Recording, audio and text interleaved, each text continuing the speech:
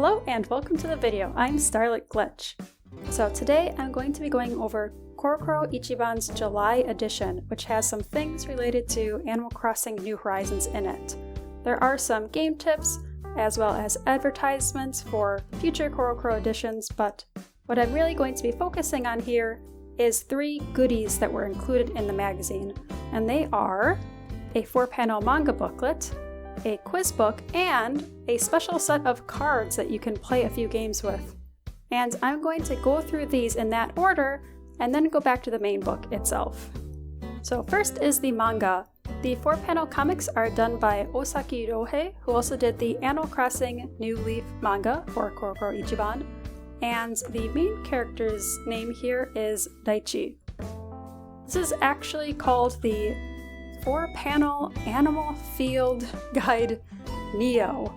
And when I saw that name in the June edition of CoroCoro comic, I didn't know what that meant, but now I get why. It goes through the main characters and gives a short description of each of them, alongside 1 or 2 strips of comics. So, considering that, and the fact that this book is the Nintendo All-Star Gag Book, there isn't as much manga in this as I had expected, to be honest, but in any case, I'm going to go through a few of them with you. Song for Drawing Tom Nook. Build a bridge across 2 ponds. Add the moon under the bridges. It becomes night all around them. And then, one way or another, it becomes Tom Nook. It was good for a while there. Timmy? Tommy? Hello? Timmy, hello! Haha, I'm Tommy. Oh, really? I'm so sorry. I still can't tell them apart. That's it. I'll mark Tommy. There we go. The one with the balloon attached is Tommy. Ah! Tommy! What happened? Johnny the Drifter.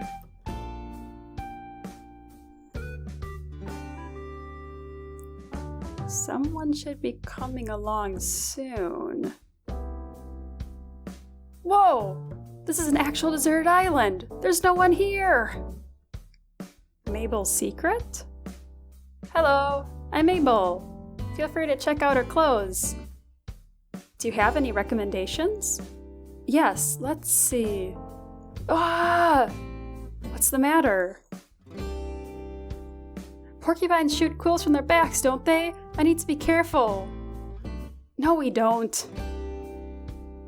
So actually, in Japanese, the Able sisters use Kansai dialect when they speak, which tends to get translated into a southern accent in English. And you can see a bit of that here in her speech. Sable's heart. Sable, hello! If you need something, please see the other shopkeeper.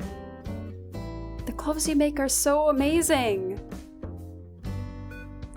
She won't open up to me. In that case, I need to bare myself to her. Sable, look at me! Nudity! Mabel, a little help! Alright, so I'll just kind of let you judge the comics for yourself. I'm sorry that I didn't have any better way of filming the comics up close. Yeah, there's some kind of strange comics in here. This one probably being the best example of that. Another thing is that a lot of the punchlines are play on words in Japanese, and I skipped over those for this video just because I didn't want to take time to explain the joke. It's never much fun, is it? Next, let's look at the Animal Crossing Proficiency Test Quiz Book. This one had some assembly required. I first needed to cut out the page, which was more difficult because of how close it is to the binding, and also because of how easily it tears. Then I cut it into strips, taped them together, and accordion folded the whole thing. If I wasn't making as many folds, this wouldn't have been an issue, but since each time I creased it, I wasn't 100% on the mark, of course. As I went on, the book started to get more lopsided. It was fun to put together, though. Now, for the questions themselves. If you are watching this video, I'm fairly certain that you could get every question right. It's definitely made for kids, that's just how the book is, right? Most of the questions were on the level of, what does Flick make? See if I can find that. I can't. It's in here, I promise. Or, where does Zipper T Bunny not want you to look? I think the most difficult question was probably whether Mabel was the oldest, middle, or youngest sister. I had to think about that for a bit, but I did remember. And like I said, it's made for kids, so that's what's to be expected. I think it's fun though. The last extra is the card game. This also had to be put together, or maybe rather taken apart. Folding the pieces in order to break them off though was very satisfying, I have to say. And as you may notice, there are male and female pairs of some of the species, plus a bee card and a fruit card. The book had instructions for 4 card games you could play using these, although you could probably think of more. I'm going to go over the games that they suggest and demonstrate them to the best of my ability. The first game is just matching. Since there are pairs for each animal species, you just take turns flipping 2 cards at a time, trying to get a match. If you get one, you can take another turn. However, in the case that you get the bee card though, you can't make any more moves and you have to skip your next turn. For the fruit card, you are able to flip over 6 whole cards. The next game tests how well you know the animals' names. You and a partner randomly pick 5 cards and you take turns showing them to each other while covering the name on the bottom with your finger. If they guess correctly, they get the card. At the end, you see who got the most out of 5. The third game is just Old Maid. You use all of the cards besides the fruit one for this, and you're trying to get rid of all of your cards by making pairs and avoiding the bee card. The rules are pretty standard, so I'll just move on. The last game is kind of interesting. You have one player who hides the fruit and one player who is going to try to find it. The player hiding it puts out 6 cards face up. Then they put 4 villager cards, the bee card, and the fruit card underneath each of them, remembering where they put the fruit card. The person trying to find the fruit then has to go through and ask yes or no questions about which card the fruits are under. After asking, they get to make a guess and see if they did in fact find the fruit. If they're wrong, they get to ask another question and try again. If they pick the bee card, they automatically lose. The book says that if they can't find the fruit after the second question, then they also lose, but you could also modify it. And you could also add more cards to make it more difficult. So that's how you play the games. And besides the one where you name the characters, you don't really need to know Japanese in order to play any of these. But in all honesty, you could probably make similar cards by yourself using a program like Word if you wanted to just print it out and play with some friends. So those are the 3 goodies that came with the magazine.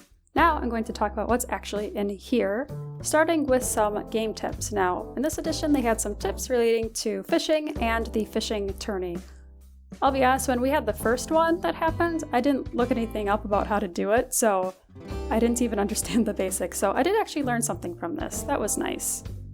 And in the back here we have some fan art already for the comics, which I thought was kind of cute.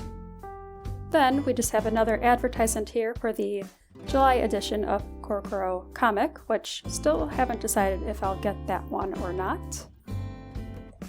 And finally, we have an advertisement for next edition of CoroCoro Ichiban.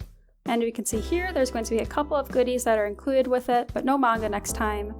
First, we have this card holder, which has a picture of Tom Nook's face on the front. You can see where the card goes here. And you could, for example, attach it to a bag and scan it when you get on a bus or a train. And then down here, we don't actually see exactly what it's going to look like, but it's going to be paper for folding and origami Tom Nook face. So that's kind of cute. And since it's just 2 presents next time and no manga, I don't think that I will be personally getting it. Otherwise, there's a lot of series in here, like the Pokemon card game, Yokai Watch, Doraemon, and Conan that I think some people would be interested in. So, now that I have 3 magazines that I've gotten for Animal Crossing manga, you might be wondering what I'm going to be doing with them since they are so thick. Well, actually, I cut out the pages for Chow magazine. Not very well, I might add. And once I finish reading through all the manga in here, I do plan on getting rid of it just because it does take up a lot of space. And I might do the same for the CoroCoros. I haven't decided yet because there are more manga in here that I am interested in. So we'll just have to wait and see. So thank you guys so much for all of your likes, comments, and subscriptions. I really appreciate it. Feel free to follow me on Twitter, Tumblr, or Twitch, or anywhere else. See you next time!